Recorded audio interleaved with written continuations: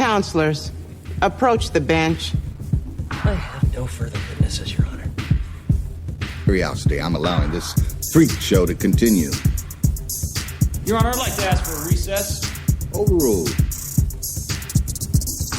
Do you swear to tell the truth, the whole truth, and nothing but the truth, so help you God? Oh, hey, welcome to Movie Mistrial, the podcast where we examine the IMDB Top 250 and argue for or against the movies being on that list. My name is Raji. And I am Johannes. Today we're talking about the number 3 film on that list. The sequel to the mafia epos The Godfather, The Godfather Part 2. The Godfather Part 2 was released on December 12th, 1974, and it stars Al Pacino and Robert De Niro, and it has an IMDB rating of 9.0 out of 10. Right. But before we talk about the movie, how's your week?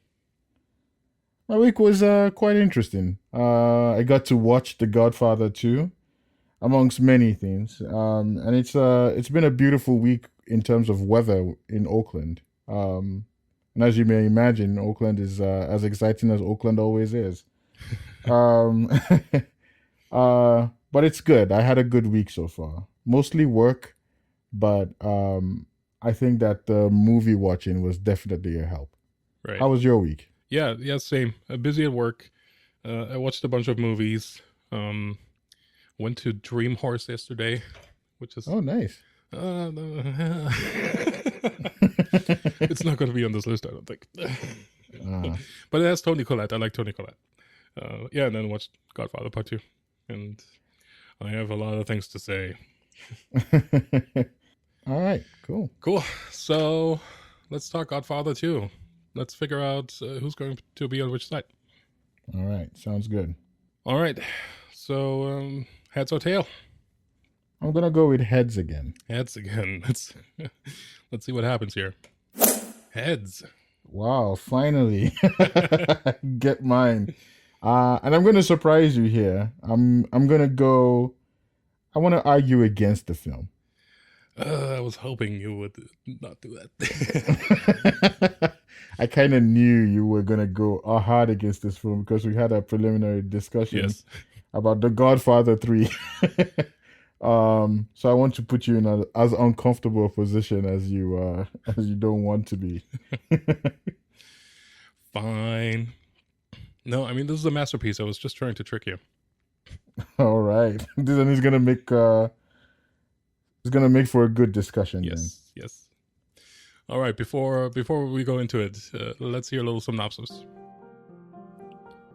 The Godfather 2. We follow 2 timelines. One tells the story of how Vito Corleone became a mafia man. The second picks up where The Godfather left off. Vito's mother and father are killed when he was a child in Italy.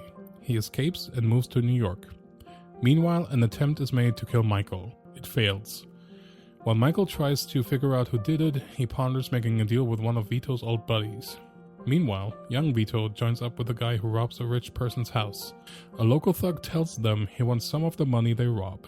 Meanwhile, Michael discovers that his brother betrayed him and that Vito's old buddy was behind it. Meanwhile, Vito kills the local thug and becomes the new local thug. The head of one of the other families who opposes Michael agrees to testify for the government against him.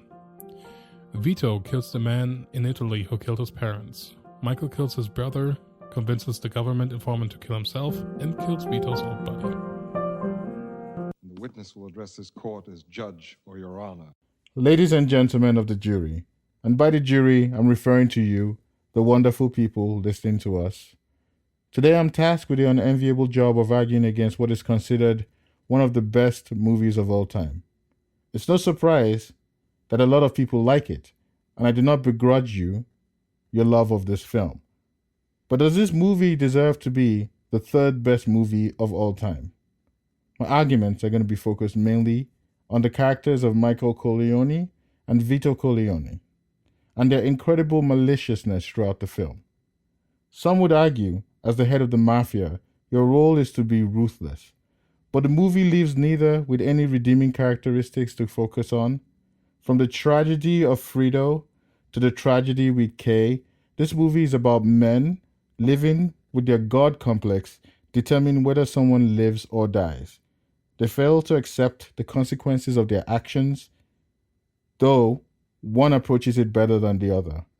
This is a long, drawn-out film about the downfall of Michael Corleone into a character we should despise in our society, and the film leaves a lot to be desired. Thank you, jury. Dear jury, I strongly believe this movie is telling us a story about the ultimate betrayal in the context of family. I think the center point is how a family that works on many levels, both the personal and the business side of family, in this case, gets so intertwined and corrupted by power that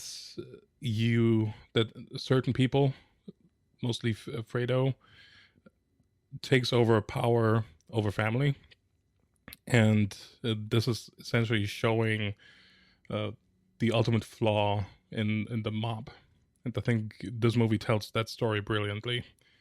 I argue that the concept is essentially blood is thicker than water unless you get corrupted by greed. This movie starts the story by telling us the backstory of Vito Corleone, and then intertwines it with the story of Michael, following what we've seen in Godfather 1.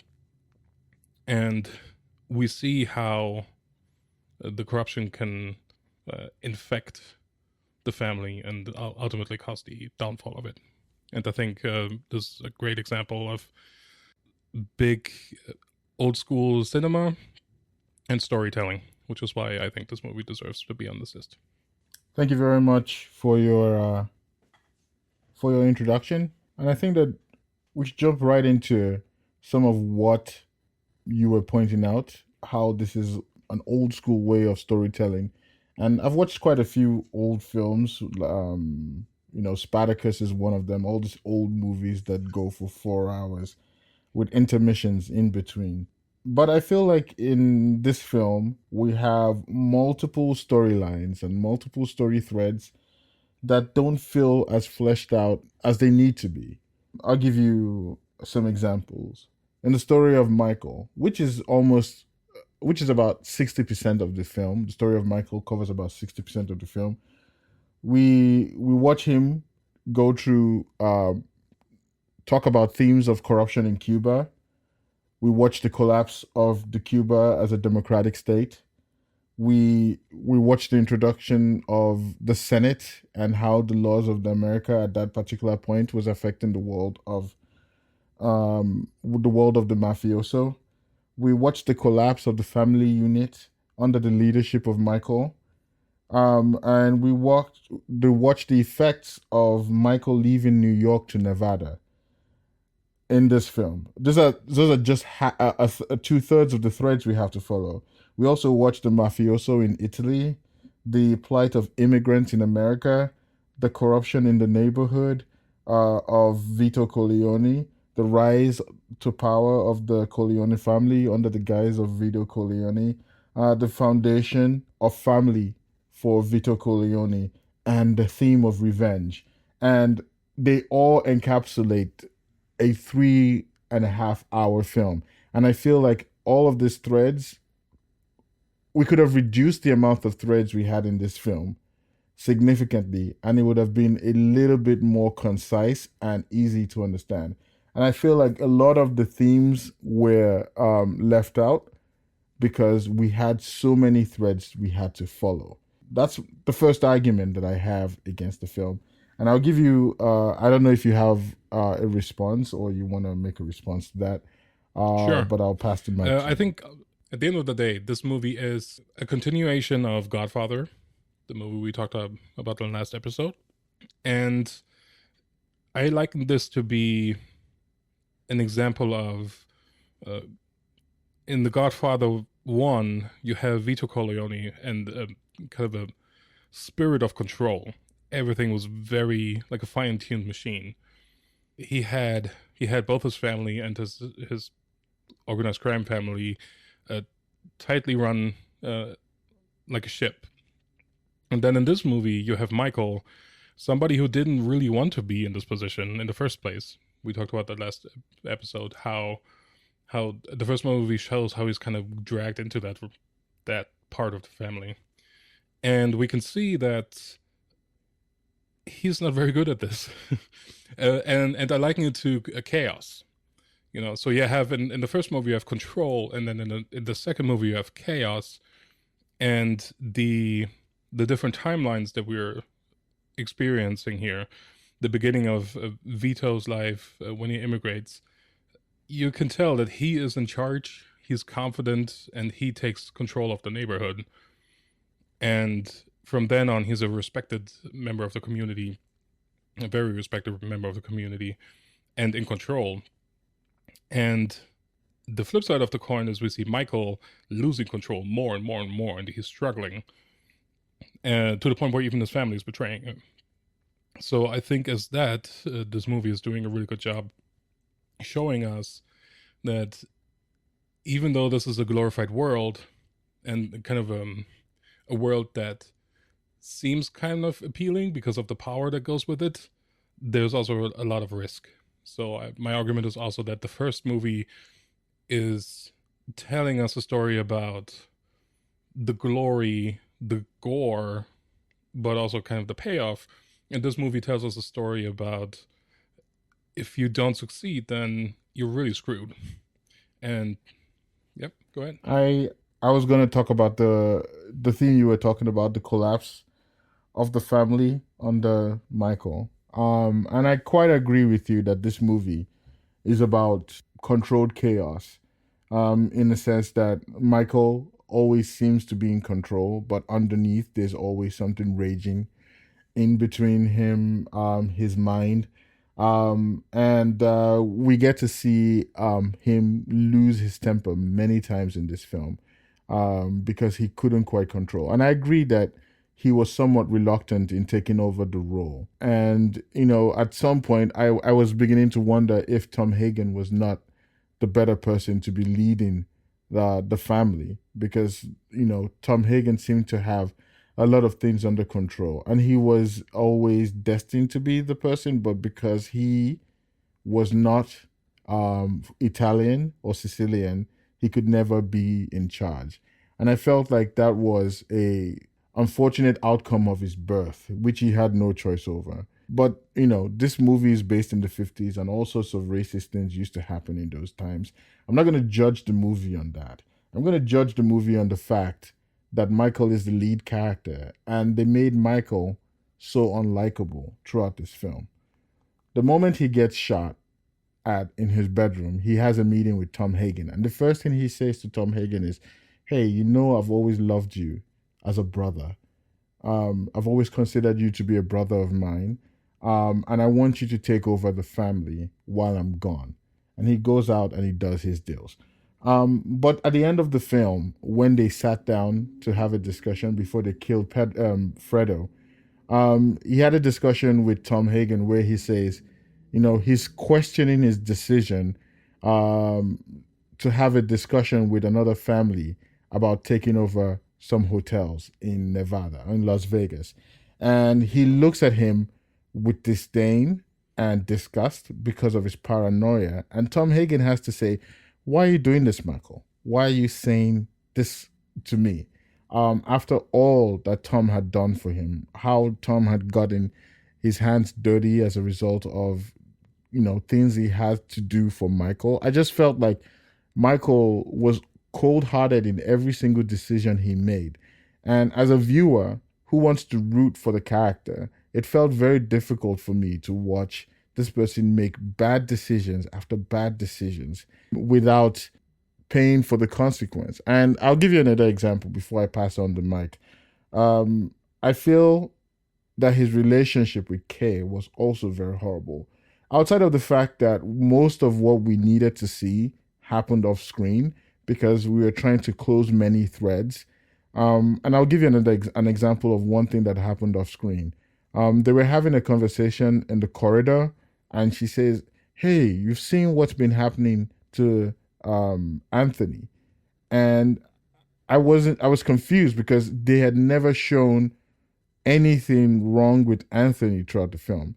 And I feel like, it would have been nice if we had taken off the Senate hearing to see more of the family life, irrespective of that, we still had to watch him get angry with Kay and slap her. And, ironically, that was a real slap, by the way. I was actually surprised that they went with that.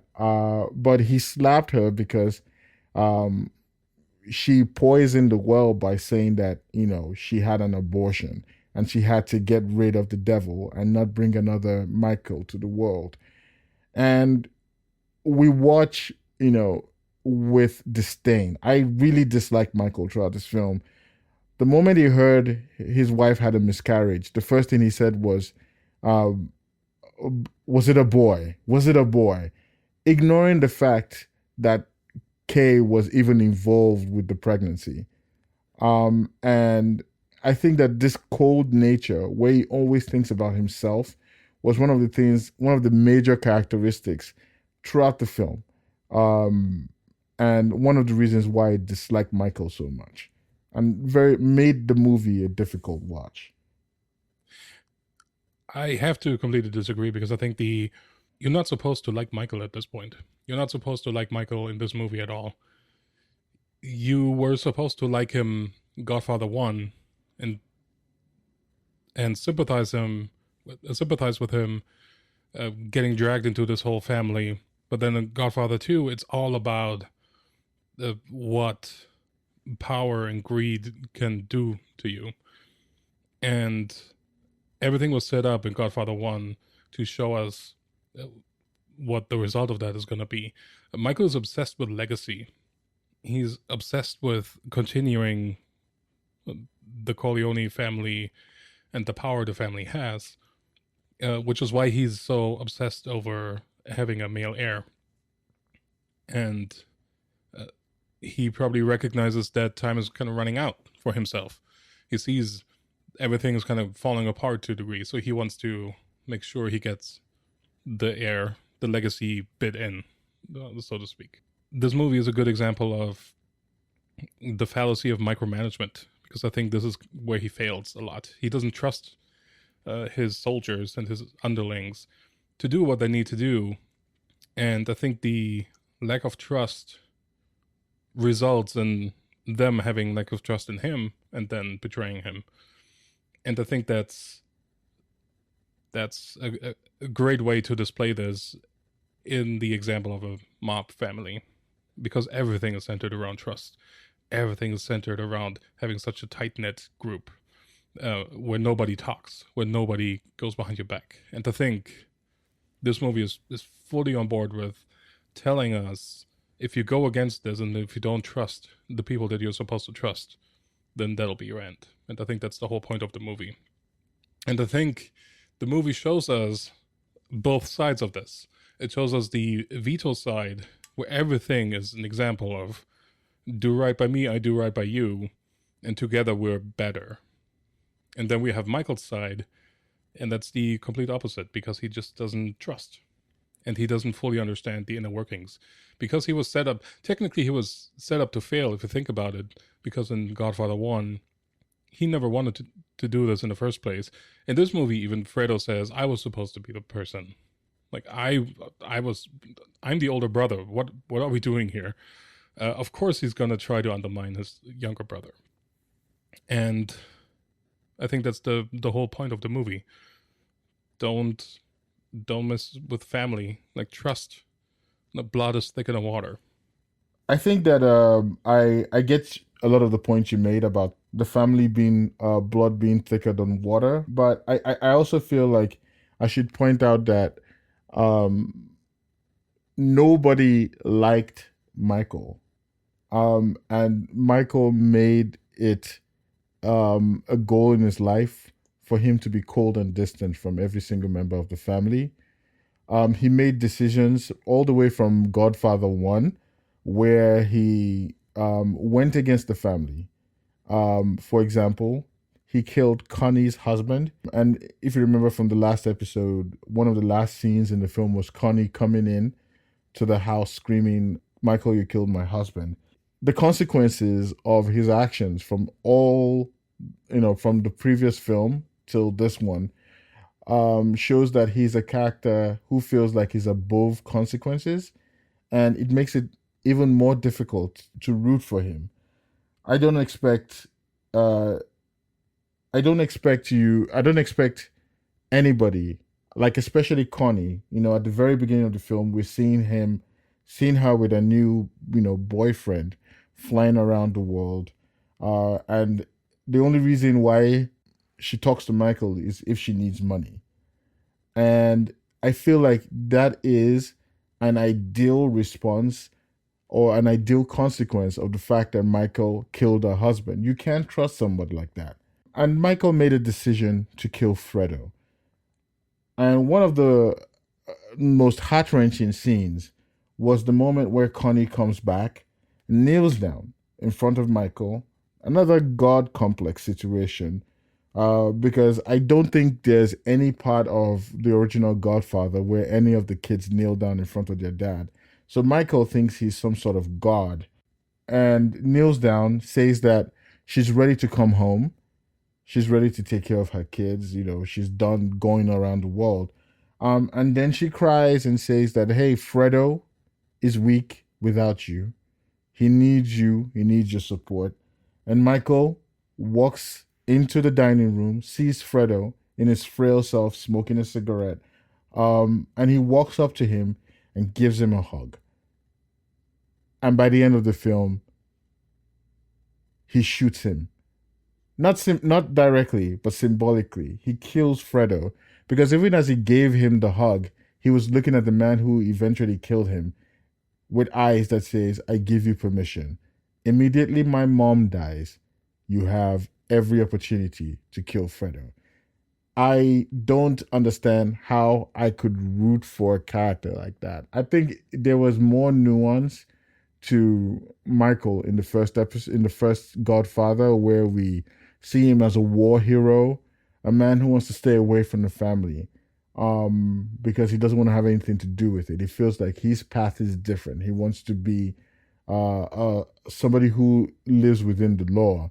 To the second part, where he's a paranoid, where he's filled with paranoia and goes around killing members of his family, totally betraying the trust of his father, betraying the trust of his mother, in the sense that he knew what his mother would do, so he waited for her to die before he pulled the trigger. And I think that those are some of the things that we have to consider about Michael when watching the film. And for me to like the film, and I think that there's some people who would enjoy the film irrespective. For me to enjoy this film, I need to feel like I can root for the protagonist. I think the point is not that you're supposed to like this character. I think quite the opposite. You're supposed to witness his downfall. I have to correct myself in saying that he's looking for a male heir. He already has a male heir, but I see this as an example of history repeating itself, where the firstborn son, his brother Fredo, might not be the best choice. So he's hoping for another option that might be more closer to him. We see Anthony as being kind of a weaker son and not having the qualities of a mafia person. So I think Michael also saw that, and that's why he's so driven to get another heir.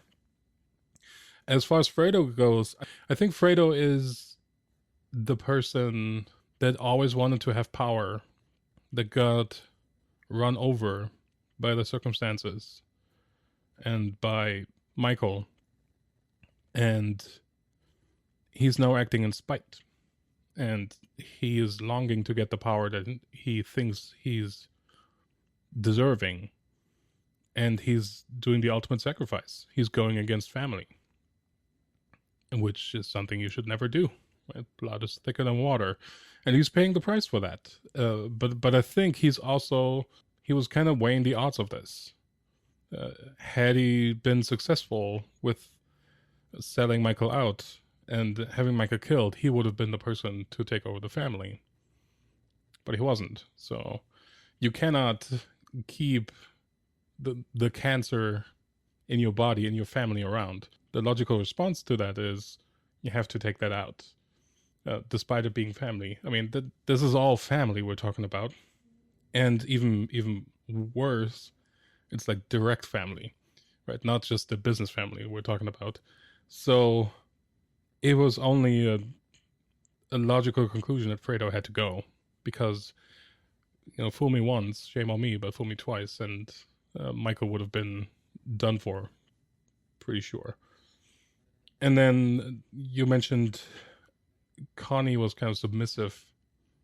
I think this is going back to showing respect in general. Respect for the position Michael is in. Respect for the power that Michael has. And it is kind of a subordinate. Like, she shows that she's literally below him. Because she's seen what he can do. So it's just, she's just falling in her place in that regard.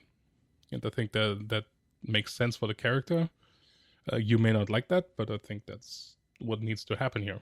In the first movie, one of the things that I mentioned when we were talking about The Godfather Part 1 was that all the characters were flat except from Vito Corleone and Michael Corleone. And the strength of The Godfather Part 1 was watching Michael go from his original state of being a war hero, disloyal to the family, wanting to do his own thing, to being a criminal, loyal to the family, and all of that stuff. So that was quite the interesting arc, and I thought that was the strength of the film. But in this one, I do not see an arc for Michael. There was no arc whatsoever, and I think that it was quite difficult to watch a flat character from the very beginning to the very end. I accept the premise that Michael was not meant to be likable. And I guess if you're looking at it from that perspective, then the movie was an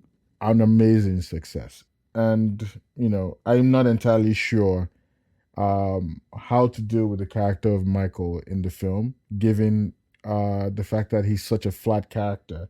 And some of the decisions he made were very difficult to watch.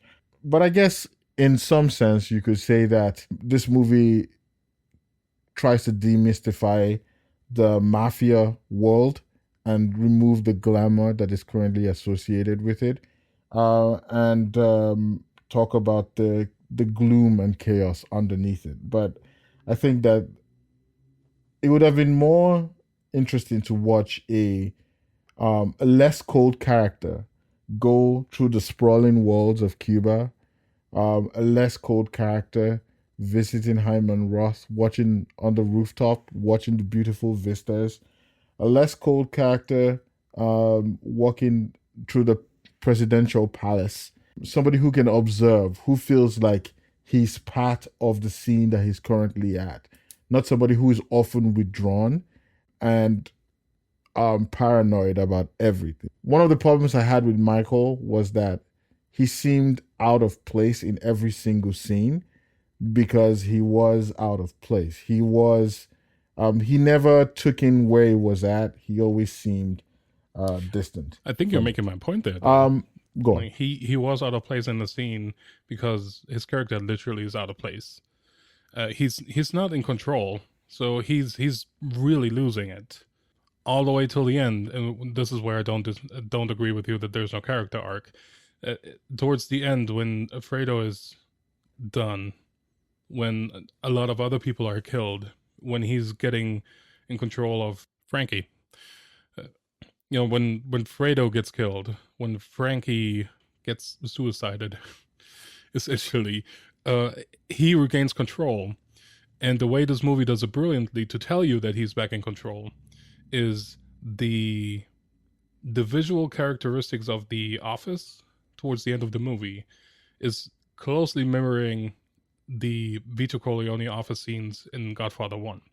From the color grading to some of the shots, it's kind of mirroring, and that is telling us that, okay, now Michael is in control. Michael figured it out.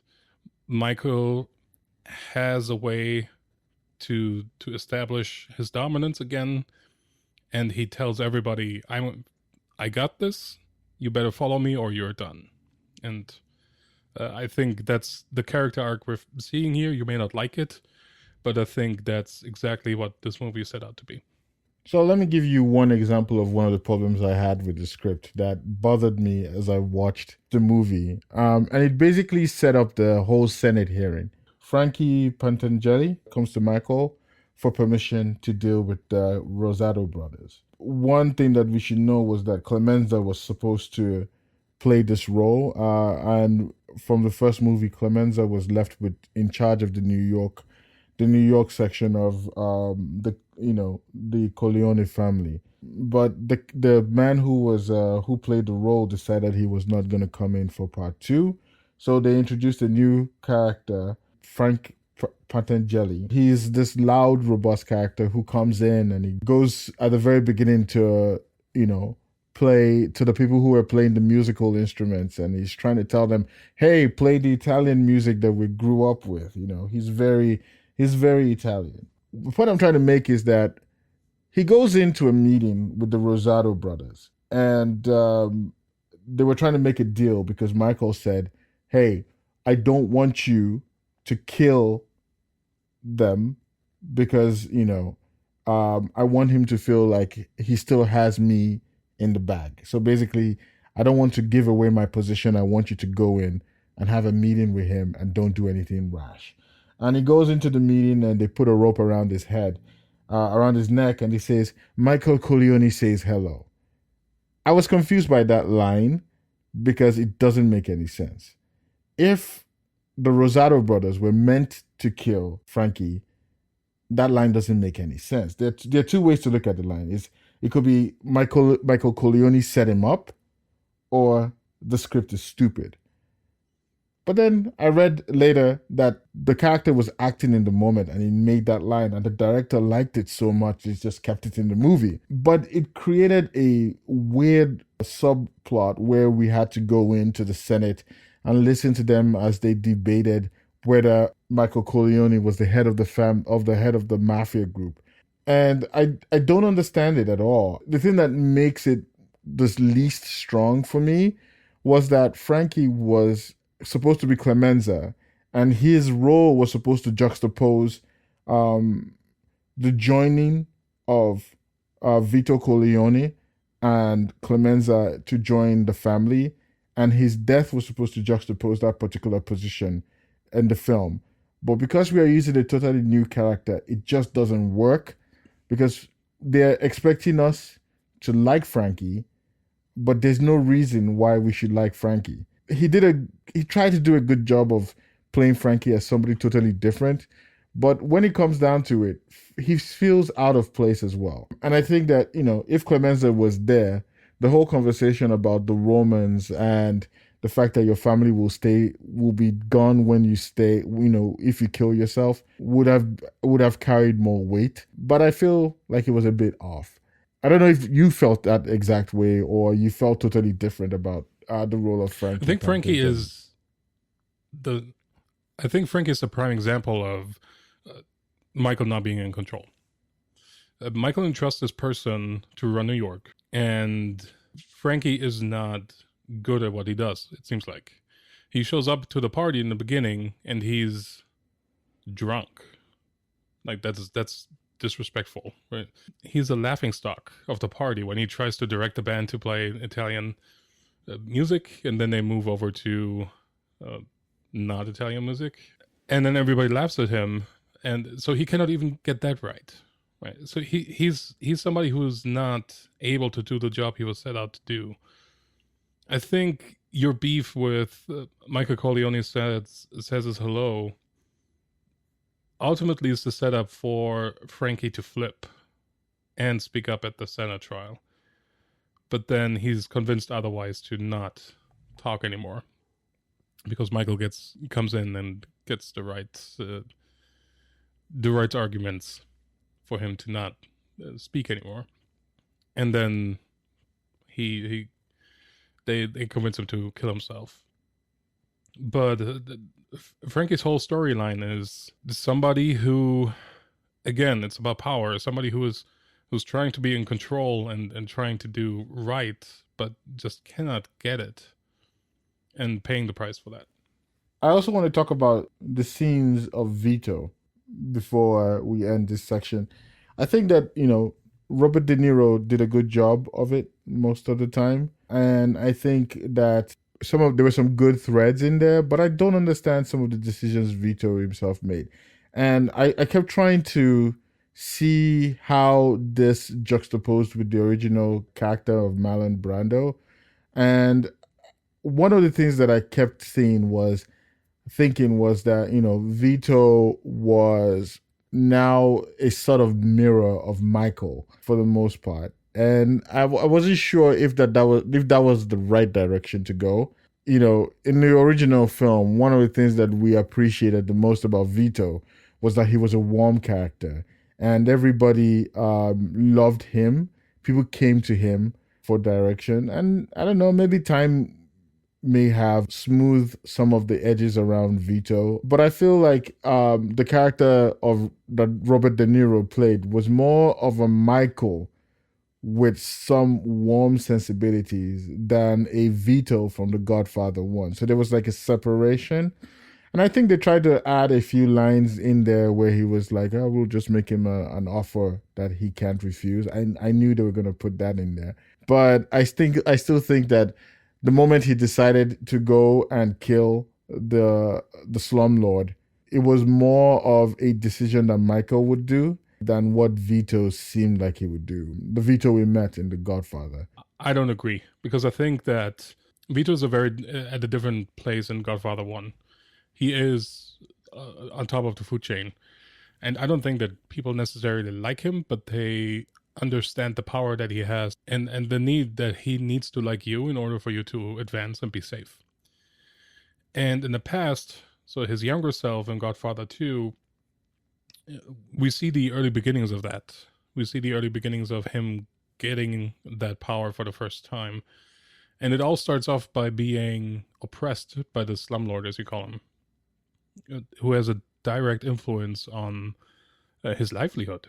Like he loses his job because of this dude, and he's taking matters into his own hands, and gets rewarded for that. He is in control. He's taking his place. And the Vito we get to know in Godfather 1 is just the culmination of all of that, of years of being in power. So of course there comes a lot of warmth and security with that, because he knows he's in control and everybody everybody follows him. I don't know about trust, but it doesn't seem like anybody from his inner circle is betraying him. He died of a natural cause. So he's pretty grounded and very secure in what he does. And I think the exact opposite is we're trying to figure out if Michael has the same skill set and the same chops to have the same legacy as Vito, and he doesn't for the majority of the movie. But I think at the end of the movie he gets there. And like I said, visually that's also transposed. Acknowledged. So those are most of the cons that I have. I think that my argument centered around the fact that I feel like, Michael was not a likable character. He has no story arc, and I feel like the movie was too big. I feel like we could have concentrated on a few less threads to get more out of the film. But those basically are the cons that I could come up with about this film. All right. Well, I think I said enough. I think this movie is a great movie and a great continuation of what was set up in Godfather 1. Thank you very much for listening, and tell us what you think, or who won the argument on this one. Sure. Let's talk about the movie a little less formal. Your Honor, I'd like to ask for a recess. I think that a lot of the points you made were quite interesting, and I think that you did counter a lot of the points that I made quite effectively. Michael was not written to be likable, so the director did a good job of juxtaposing Michael's life and decision-making with that of Vito.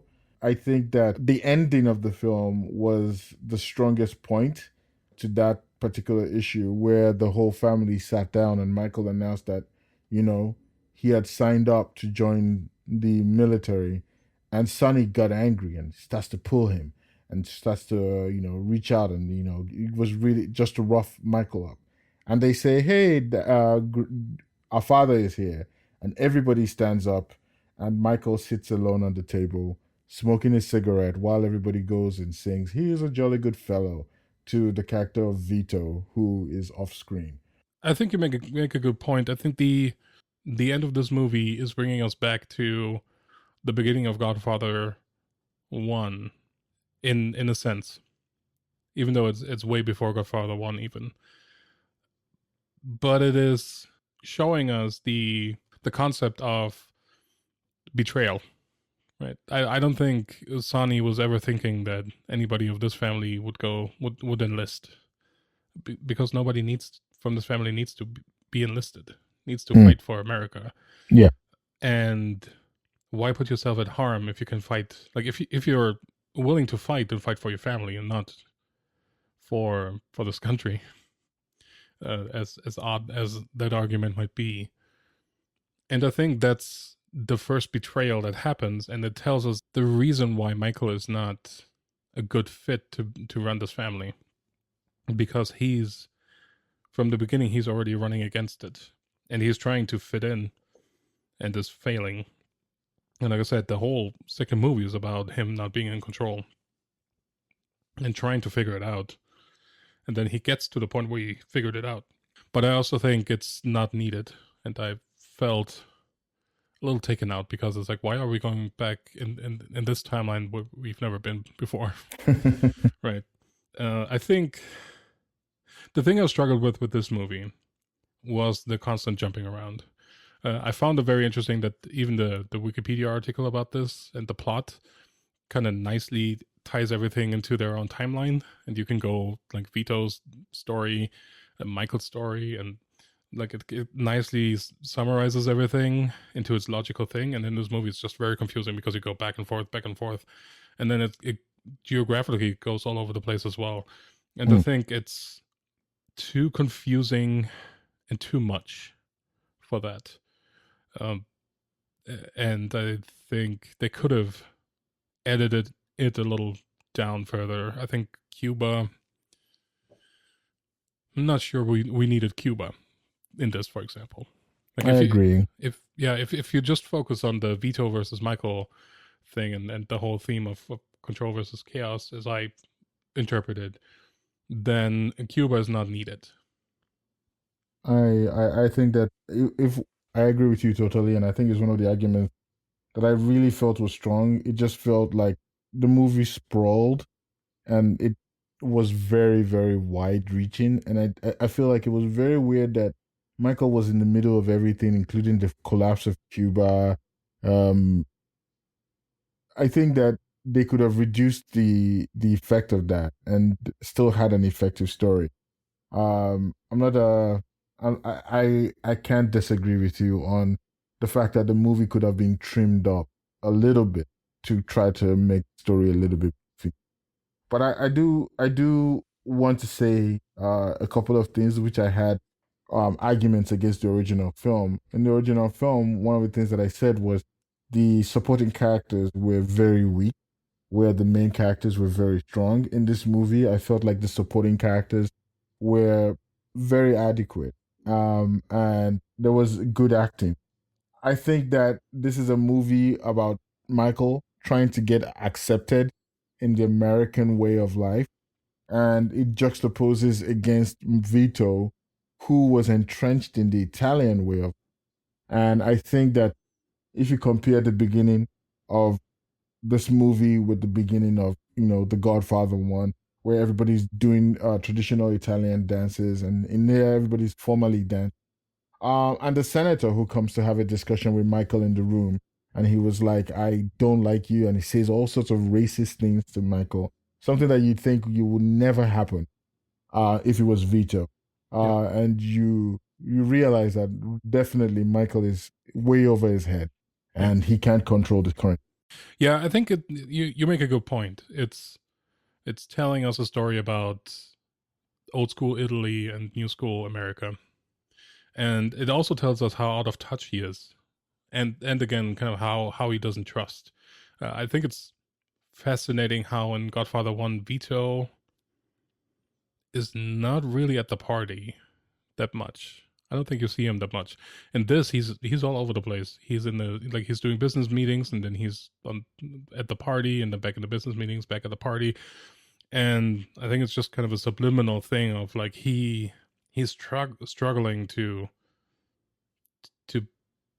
be in power, but he's also kind of micromanaging. That's what I meant with my micromanaging argument. Like he's not fully settled, and he doesn't have that that je ne sais quoi of a real Don in a way. Yeah. That he gets the respect that he thinks he deserves. And further, even the senator, like I said, like it's outrageous what the senator says to him. That would never happen with Vito. But Vito also exuberates this aura of, like, you cross me, you're done. And I don't think Michael does that necessarily. Michael wants to be a tough guy, but I don't think he exuberates that. Exactly. Right. And I think that's the point of the movie. You see somebody who never wanted to be in this position in the first place, struggling to fit into that role and not doing it right for 3 hours and 15 minutes. And then towards the end, it kind of all comes together. I think that one of the other strengths of the film is the fact that we could feel the weight of every decision Michael had to make.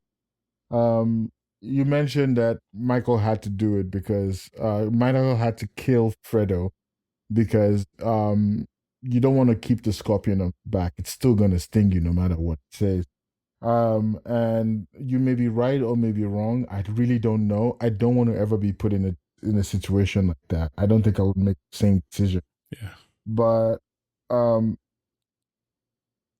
moment he finds out that Fredo lied about Johnny Ola in the Cuban bar while they watch the people sing and dance, he puts his head in his palm, and I could feel the weight of what he was thinking. And I think that the fact that Al Pacino did not get a nod for the character in this movie is a travesty to Hollywood. He did a great job of acting, and he carried this film for the most part. But I do feel like if Marlon Brando was in the film, it would have helped. One of the things that we missed the most in the film was the warmth that Marlon Brando brought into the first one. And I think that Al Pacino did a great job of leading the film. And one of the ways he did that was showing the weight of every single decision. The way he paced in front of the window as the boat bobbed in the water before they killed Fredo. You could feel the anxiety in all the decisions. And I think that was great. Yeah. I don't agree that we needed Marlon Brando in this at all. I find it interesting that you say he brought a lot of warmth to Godfather, because I recall saying that he's not even in The Godfather that much last episode, and he's not. It's interesting that I guess that explains the iconic character of Vito Corleone, then, that you still look back to this movie and think, oh, he brought so much warmth to the movie. I guess that explains that icon of a mafia boss there, which again speaks for Godfather 1. Controversial opinion, I think this movie could have really done without any of the Vito stuff. I think you could have cut everything out from the past and just focus on Michael. And focus on Michael trying to figure this whole mafia thing out. I think you could have done a very successful movie with just that as a focus. Because it's with 3 hours and 20 minutes, it's spreading itself very thin by jumping all over the place. And like you mentioned, there's a lot of stuff that's very superficial. And I think that's one of the main flaws of the movie, that it's confusing and superficial. And I think you could have edited it in a way and kind of strengthened some of the Michael plot points, in the sense that it's a little more cohesive and a little more to the point. And I think if they had done that, then you would have had Godfather 3.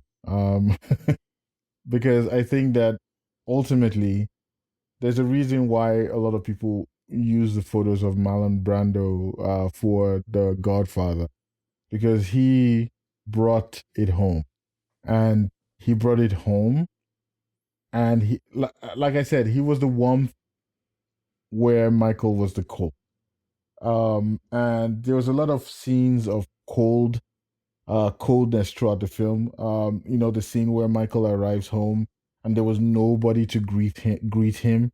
Um, After he came back from his trip, from Cuba, and the only thing he saw was Kay, at the desk making a dress or whatever she was making.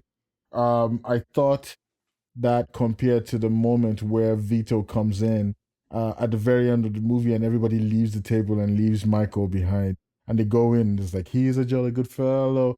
I think that that's the perfect juxtaposition and the reason why people love Vito over Michael. And I think if they had removed the whole Vito scene, you would have had a film that was just cold, and I don't think it would have done it. The Vito scenes were essential in warming the film up. Otherwise, would have just had cold Michael, who you can't appreciate. Let me give you an example of one scene. The scene of the landlord and the dog, and the woman who was getting kicked out of her apartment. We never saw Michael deal with a situation like that. But one thing that I would give Robert De Niro credit for, I mean, he did a great job, don't get me wrong, is that he did what you would expect in that scene. He basically acted like Vito. He paid the guy and let his reputation do the talking.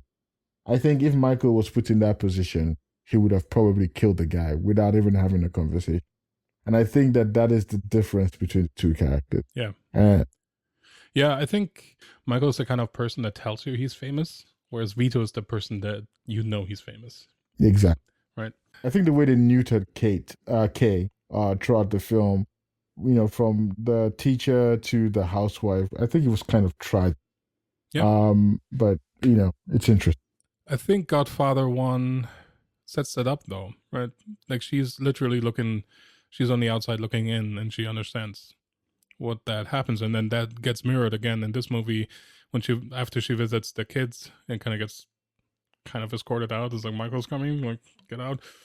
And the same thing happens where he's on the outside and the door closes. That's just a mirror of Godfather 1. And I think it's being set up in Godfather 1 as like, this is what you're getting. And then, this is what you need to expect when you deal with this dude.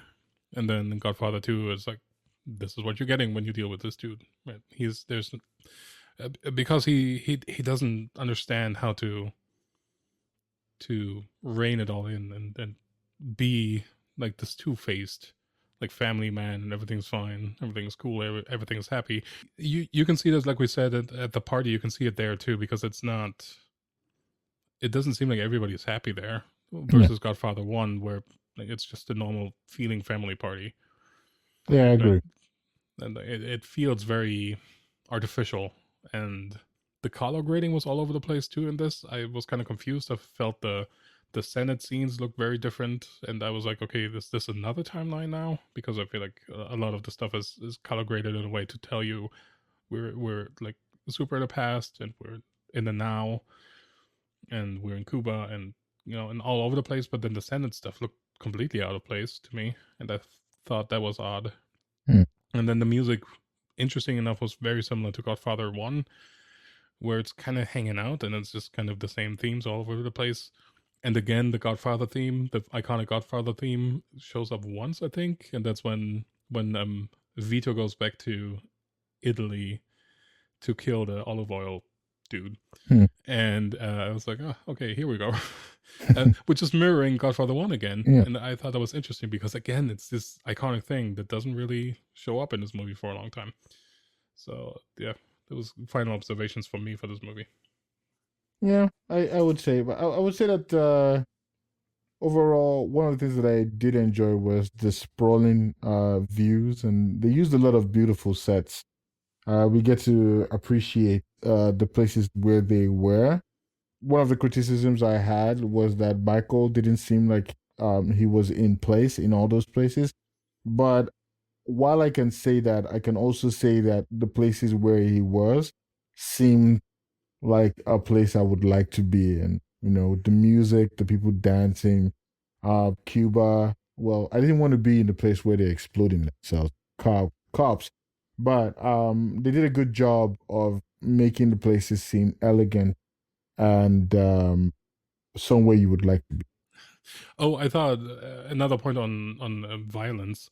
I felt this movie had violence on a very different level, because again, it was very personal at this point, right? Like killing your brother, even though you don't, you see it from afar. Again, you're kind of just an outside person looking, and then it was, I didn't lose the baby. It was an abortion.